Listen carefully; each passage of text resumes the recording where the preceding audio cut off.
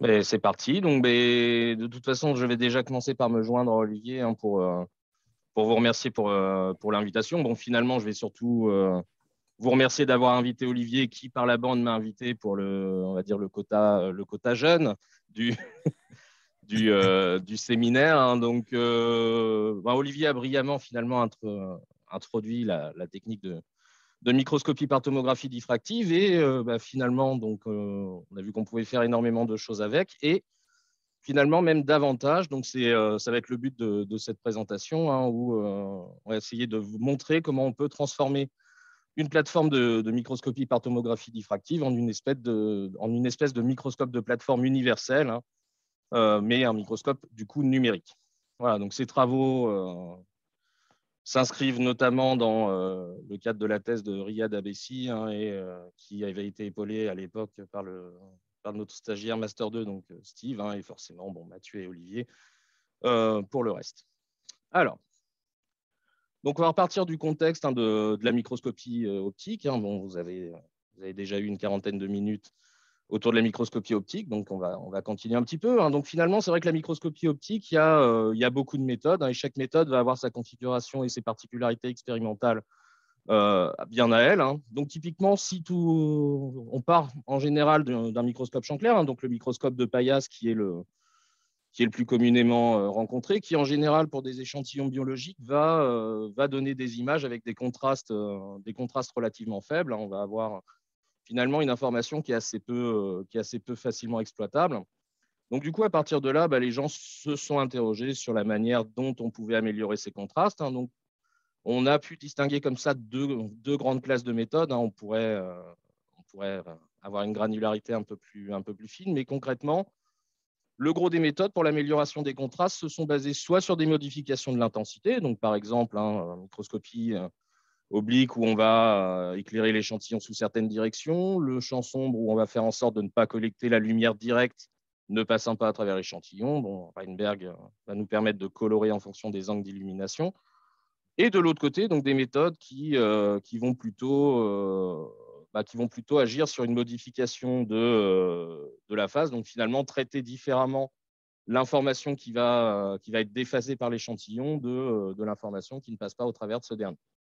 Voilà, donc ces méthodes existent, hein, peuvent se trouver sur le même statif de microscope ou sur deux statifs différents. Parce que certaines méthodes, le problème, c'est que certaines méthodes ne sont pas forcément compatibles entre elles. Donc, si on veut imager finalement l'échantillon sur les différentes modalités, ça peut poser des problématiques de recalage. Il faut voir aussi que certaines méthodes, donc je prends par exemple l'exemple du DIC, hein, qui va reposer sur l'utilisation d'un objectif de microscope un peu particulier. Donc, il se peut qu'on se trouve dans des situations où on n'ait pas accès aux gammes de grandissement qui sont celles dont on a besoin et qui sont disponibles pour les autres modalités. Donc, c'est vrai qu'on va avoir des problématiques qui vont être liées au recalage des images et aussi finalement un manque de flexibilité. Parce que quand on achète une config contraste de phase, donc si on veut par exemple modifier le contraste de phase, il faut changer les anneaux de phase, il faut changer un certain nombre de choses sur le setup. Donc c'est vrai qu'au bout d'un moment,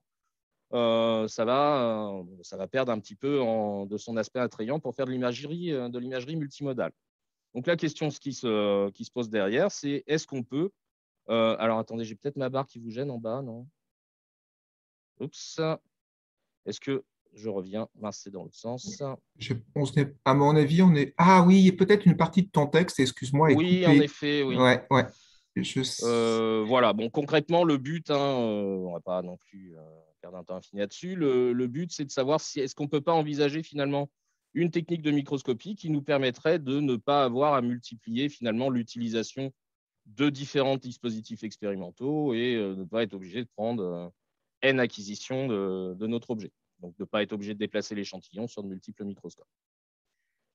Donc, du coup, hein, si je fais un petit bilan sur ce que les gens, sur ce qui peut être intéressant à faire en microscopie multimodale, donc en effet, on a beaucoup de méthodes, hein, qui reposent soit sur des modifications de l'intensité, des modifications de la phase, mais on a vu que il y avait des problématiques liées au nombre de dispositifs et éventuel recalage de l'échantillon qui peut poser des difficultés quand on commence à travailler à fort grandissement.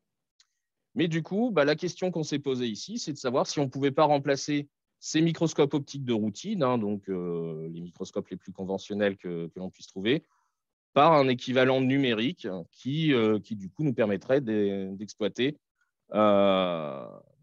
l'ensemble des modalités. Et il se trouve finalement qu'en effet, les méthodes interférométriques, hein, telles que l'holographie et la microscopie par tomographie diffractive, doivent pouvoir nous apporter des réponses à cette question. Donc, du coup, pour situer un peu les choses, hein, on suivra le plan de présentation suivant. Donc, dans un premier temps, je reviendrai un petit peu en première partie sur ce dont a parlé Olivier au niveau des problématiques d'acquisition holographique, extraction du champ pour aller vers la tomographie, ce qui nous permettra de finalement montrer les capacités des méthodes à simuler des microscopes bidimensionnels. Et en partant de la tomographie, on verra comment étendre les résultats à de la microscopie du coup tridimensionnelle.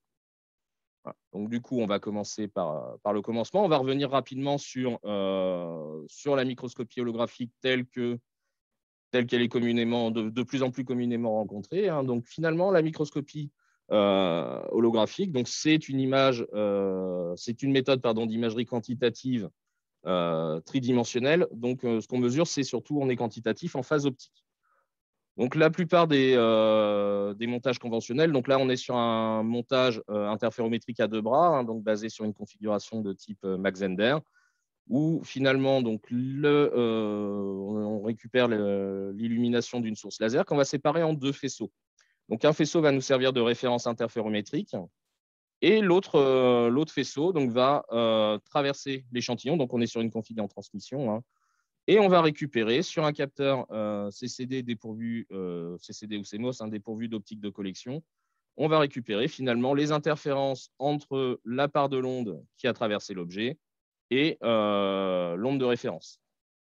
Et du coup, à partir de là, en utilisant une méthode, parce que là, donc finalement, ce qu'on fait, c'est qu'on va faire une modulation spatiale de notre onde d'objet par l'onde de référence. Et en utilisant des méthodes de démodulation adaptées, donc on va être capable de revenir à la phase. Donc là, typiquement, la phase d'un pollen de topinambour, hein, du coup, ici. Et l'intérêt de la méthode, hein, telle qu'elle est présentée, c'est qu'elle nous permet d'avoir une information tridimensionnelle. Typiquement, donc là, j'ai un petit film qui est en train de se jouer, où on est en train de modifier le focus au travers de l'objet. Alors, donc on parle de 3D, mais est-ce qu'on peut réellement parler de 3D dans ce cas? Donc, comme vous avez suivi avec attention l'exposé d'Olivier précédemment, vous allez pouvoir dire que ce n'est pas réellement stricto sensu de la 3D, hein, parce qu'en effet, si je regarde mon échantillon selon une coupe axiale et selon une coupe transversale, en effet, hein, on voit que axialement, c'est quand même plutôt pas mal, hein, sur une coupe XY. Par contre, dès que je commence à regarder ce qui se passe le long de l'axe optique de mon système, en effet, hein, je n'ai pas de résolution sur l'axe de propagation de la lumière. Donc, en effet, on n'est pas réellement sur une imagerie tridimensionnelle. Et en plus, est-ce qu'on est réellement quantitatif? Le fait est que, en effet, la notion de quantitativité, la phase qu'on va obtenir finalement va être proportionnelle à la différence de marche optique de la lumière à la traversée de l'échantillon. Donc concrètement, on va avoir une information de phase, hein, qui va être intégrée sur l'épaisseur de l'échantillon. Et si on veut convertir ça en indice de réfraction, notamment, en fait, on va avoir une information. Enfin, si on veut exploiter tout ça, on va avoir une information qui nous lie à la fois l'indice de réfraction et l'épaisseur de l'échantillon. Donc, en effet, il va y avoir des choix à faire, hein, quand il s'agit de faire des expériences en microscopie holographique. Donc, du coup, à côté de ça, hein, pour apporter une solution à ce problème, donc, a été développée en effet la microscopie par tomographie diffractive, hein, où le principe, donc on se base sur la même configuration, donc sur une configuration en microscopie holographique, sauf qu'on va s'autoriser à soit balayer l'illumination sur l'échantillon qu'on est en train de regarder pour le visualiser sous différents angles de vue, ou alors tourner l'échantillon au sein du faisceau d'illumination. Et éventuellement, vous aviez vu aussi avec Olivier qu'il était possible de combiner les deux pour aller jusqu'à une résolution isotrope. Et concrètement, si on fait ça, nos acquisitions holographiques, hein, au lieu d'avoir un seul hologramme, donc je vais avoir une séquence d'hologrammes du même pollen vue sous différents angles, et en réallouant l'information ainsi obtenue pour retrouver la cartographie d'indice de réfraction. Donc là, sur la partie réfractive de l'indice, on voit clairement que là, on a l'information complète, enfin, on a une résolution 3D, on peut pénétrer de manière optique au sein de l'échantillon, hein, voir bien les structures externes et aussi ce qui se passe, les sucres internes, les doubles parois, bref, un certain nombre de détails avec une bonne résolution, hein, dans notre pollen. Voilà. Donc concrètement, si je compare, on aime bien faire ça. Donc vous l'avez vu sur des diatomées, on va la faire sur des pollens, hein. Donc en effet, si on compare le résultat obtenu sur de l'holographie et sur de la tomographie diffractive, en effet, hein, la multiplication des angles de vue nous offre une méthode d'imagerie sans marquage sur un support fréquentiel étendu, dans le sens où, en effet, on voit que la résolution de cette image-ci est bien meilleure que celle-là, et surtout sur la partie tomographie, on récupère de la résolution en Z qu'on n'avait pas en holographie. Bon, à ceci près, la résolution est moins bonne en Z qu'elle ne l'est en XY, mais au moins, on a une résolution. Donc, du coup, cette méthode, hein, donc là, une représentation d'un vrai pollen en fausse couleur, finalement, ça va être une méthode d'imagerie 3D haute résolution. Donc, je vais revenir rapidement sur le principe, hein, comment on arrive à faire tout ça. Donc, typiquement, hein, comme évoqué précédemment, donc, on va se placer dans les cadres de la première approximation de borne. Donc, si on se place dans un cas assez basique où j'ai un objet qui est ici, que je vais éclairer avec une onde cohérente, cet objet va me diffracter de la lumière dans un angle solide de 4 pistes radians, hein, sur une sphère qu'on va appeler la sphère d'Ewald. Donc, cette sphère d'Ewald, en fait, qui va représenter la collection des angles, la collection, pardon, des ondes diffractées par l'objet. Et ce champ, donc le champ U, hein, qui est sur ma sphère d'Ewald, est solution de l'équation d'Helmholtz, hein, qui régit la propagation et diffraction de la lumière au travers de mon échantillon. La composante U, donc le champ mesuré sur la sphère d'Ewald, étant la composition, hein, de mon champ diffracté et de mon champ incident. Donc, dans les cadres de la première approximation de borne, on va déjà considérer qu'on a une conservation de l'énergie, c'est-à-dire que toute la contribution nous venant de l'objet, finalement, ça sera la contribution diffractée à laquelle on va retirer finalement la part de l'onde incidente, donc pour pouvoir retrouver le potentiel vecteur objet. Et si on considère que l'objet est faiblement diffusant, donc finalement, pour pouvoir reconstruire l'information 3D à partir de l'objet, on pourra finalement faire une succession d'acquisitions des spectres bidimensionnels pour les différents angles de vue, et en les réallouant, on va pouvoir comme ça reconstruire finalement le potentiel vecteur objet 3D de l'objet qu'on est en train de regarder, qui finalement, ce potentiel vecteur objet, n'est autre que la transformation de Fourier tridimensionnelle de l'indice de réfraction de l'objet qu'on est en train de regarder. Donc finalement, hein, la possibilité de prendre une succession d'acquisitions 2D, donc on va reprojeter sur des sphères et réallouer, va nous permettre de reconstruire à chaque fois une partie du spectre de l'objet.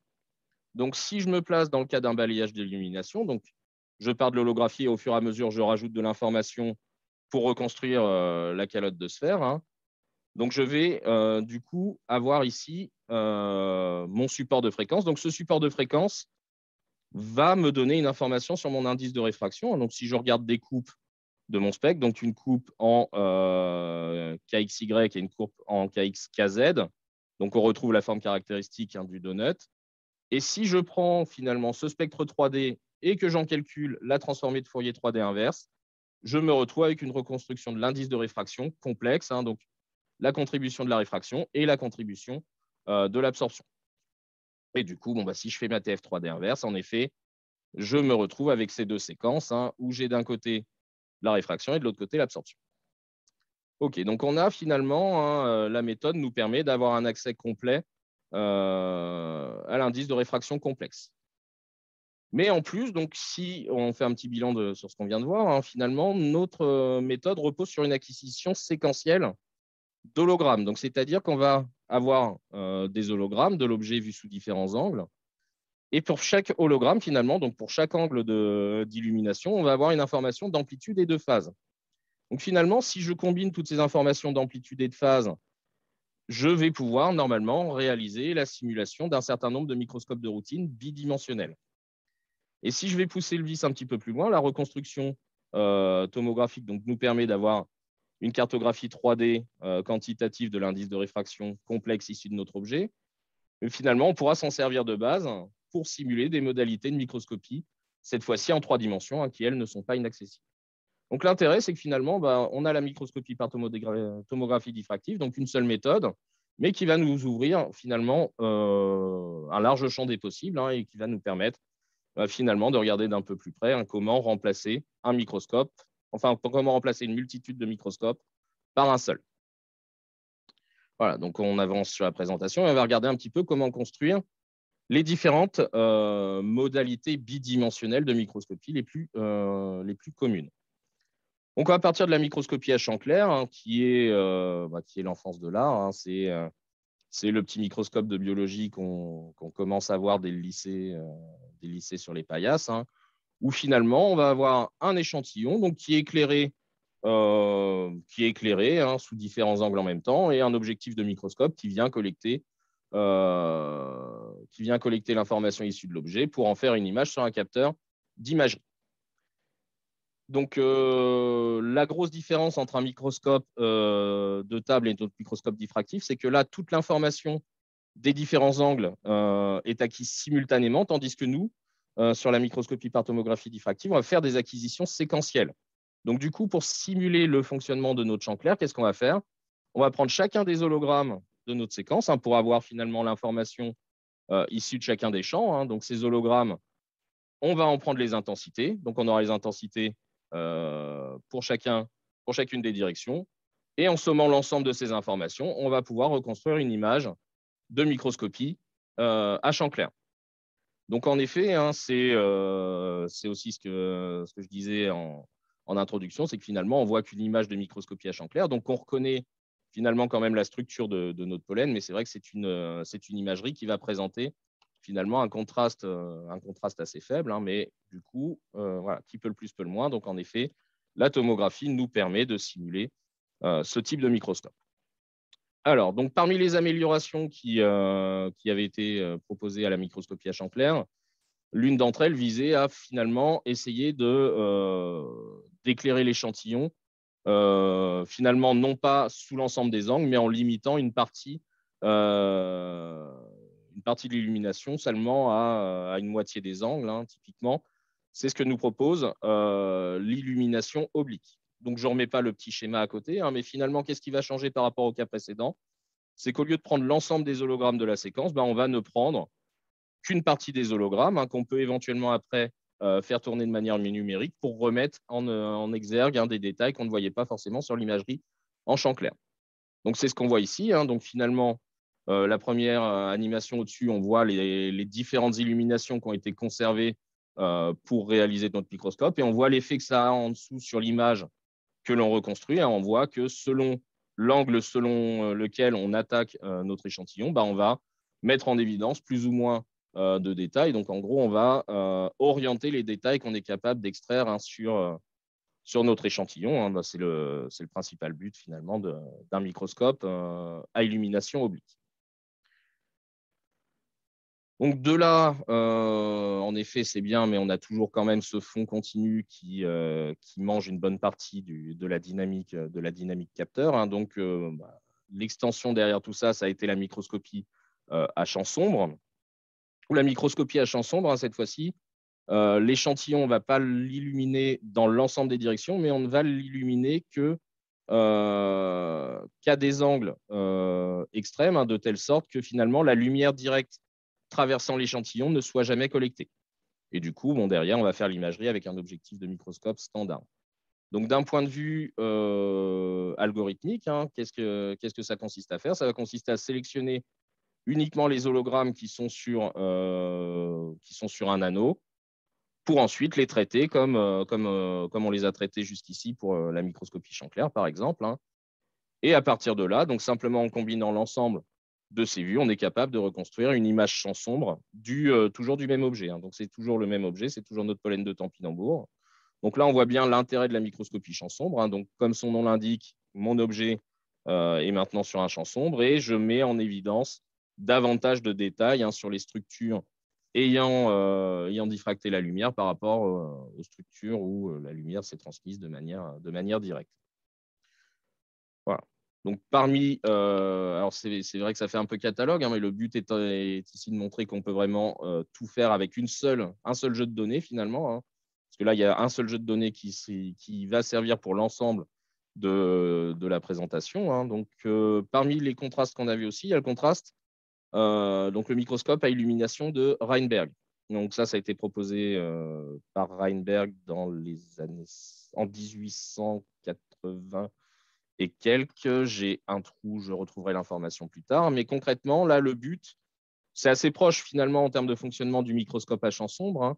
Sauf qu'au lieu de brutalement couper toute la lumière directe, finalement, on va faire un encodage en encodage couleur des angles d'illumination utilisés. Donc, typiquement, toute la lumière la plus directe, là, donc par le filtre qui a été choisi, sera en verte. Les angles un peu plus élevés en rouge et les angles extrêmes qui correspondaient au champ sombre seront les angles bleus.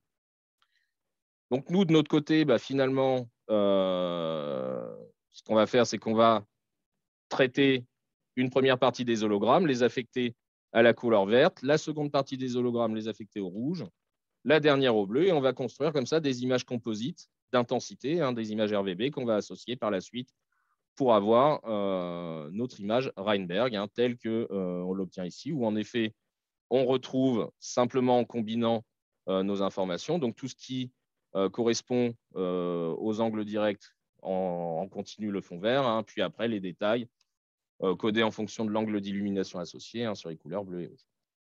Donc là, on a fait un petit tour finalement des méthodes reposant sur une modification de la phase, de l'amplitude, pardon. Du coup, on a leur penchant pour la modification de la phase. Donc, le microscope à contraste de phase, donc, tel que imaginé par Zernike, donc, qui repose une nouvelle fois sur le fait qu'on va faire en sorte de ne pas récupérer la lumière directement issue de l'échantillon. Et en plus, dans l'objectif de collection, on a un anneau de phase qui est mis dans le plan focal arrière. Le but de cet anneau de phase étant de modifier la phase de la lumière provenant de l'échantillon par rapport à la phase de ce qui est collecté autrement.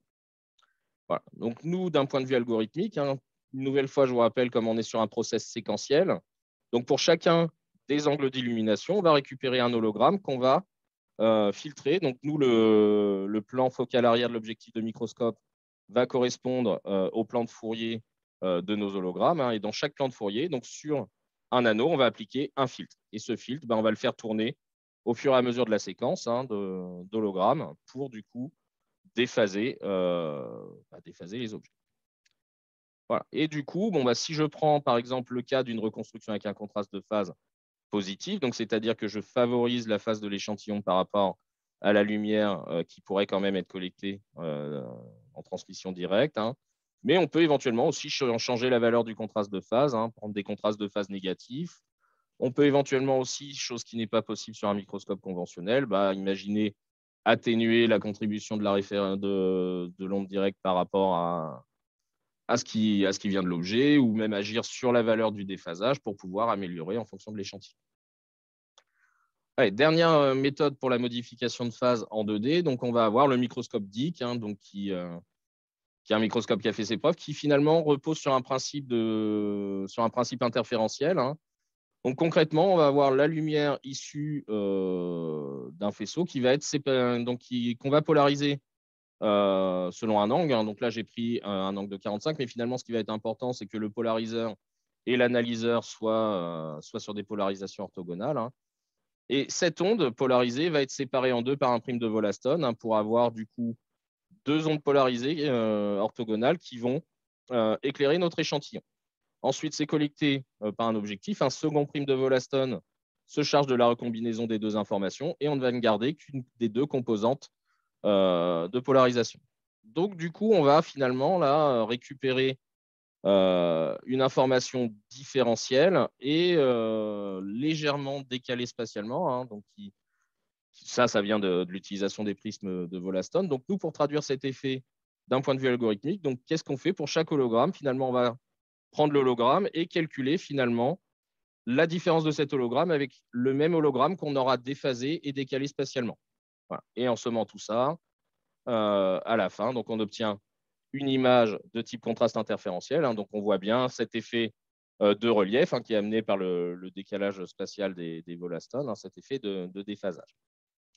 Voilà. Donc, toutes ces méthodes reposant sur l'utilisation d'hologrammes, mais on peut aussi éventuellement simuler l'effet que va avoir un défocus, tel que ce qu'on aurait sur la platine d'un microscope. Donc, finalement, en utilisant des algorithmes de propagation standard. Donc là, typiquement, on va propager nos hologrammes en utilisant la théorie du spectre angulaire, c'est-à-dire que finalement, on convolue nos hologrammes avec un spectre angulaire dont l'expression est ici, sur lequel on va pouvoir jouer finalement sur la valeur de delta Z, qui va être la distance de propagation par rapport au plan de meilleur focus.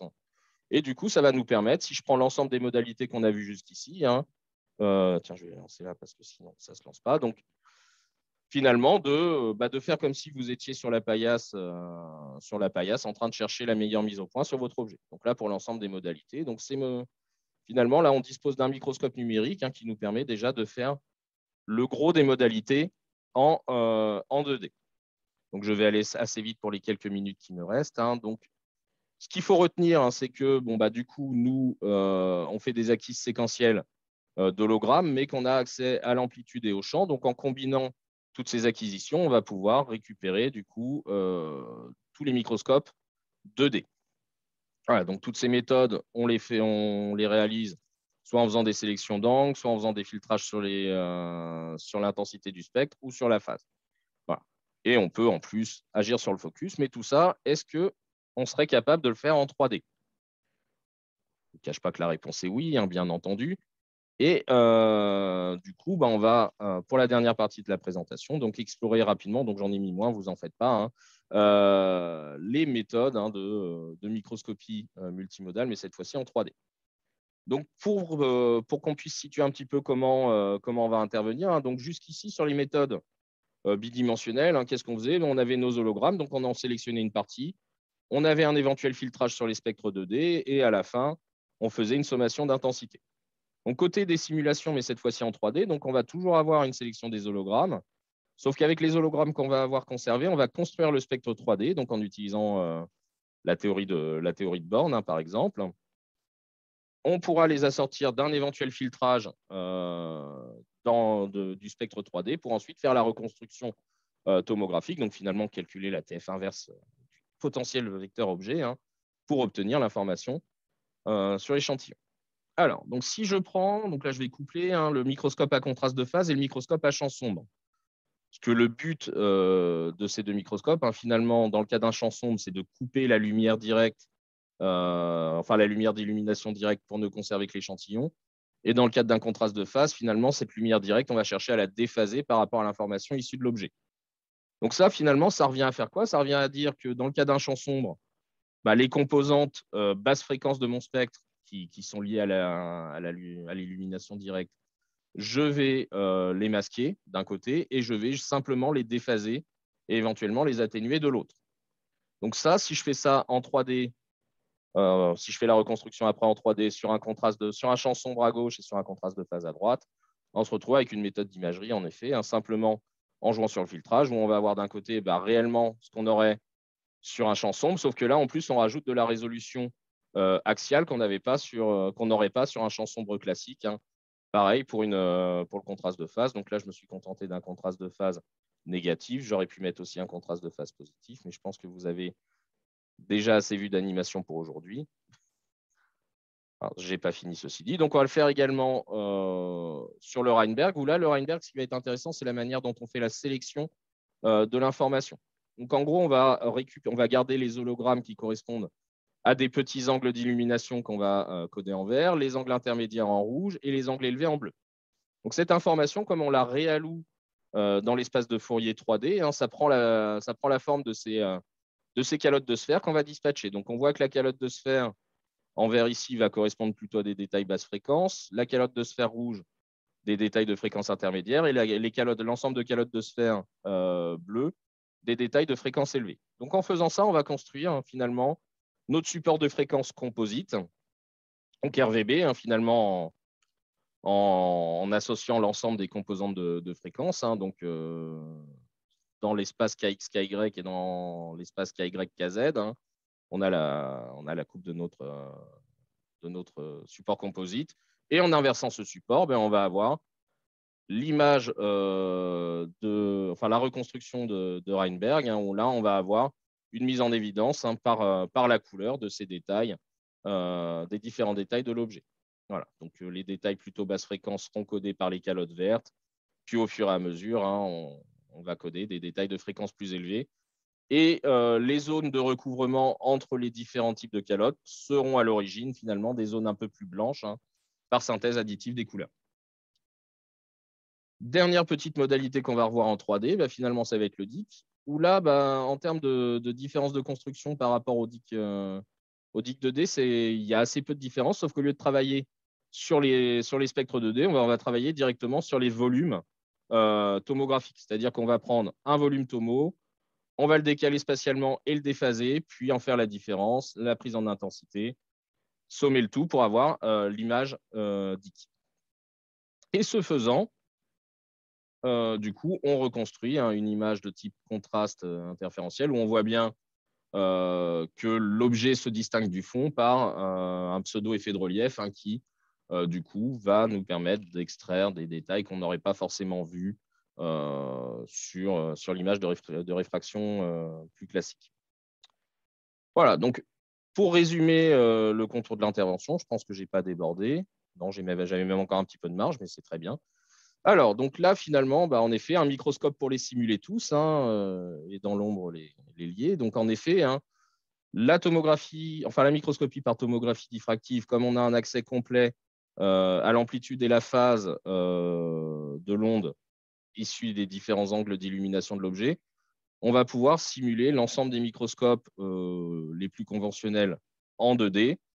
Et comme en plus, on peut reposer sur la théorie de Born, on va pouvoir en plus étendre tout ça en 3D. Donc, l'intérêt que va avoir la méthode par rapport au fait d'avoir plusieurs microscopes de paillasse les uns avec les autres, c'est que finalement, on a une certaine modularité dans le sens où là, on a simulé les méthodes conventionnelles telles qu'elles sont, telles qu'elles peuvent être trouvées dans la littérature, mais on va pouvoir modifier un certain nombre de paramètres qui ne sont pas forcément facilement accessibles sur le microscope de paillasse.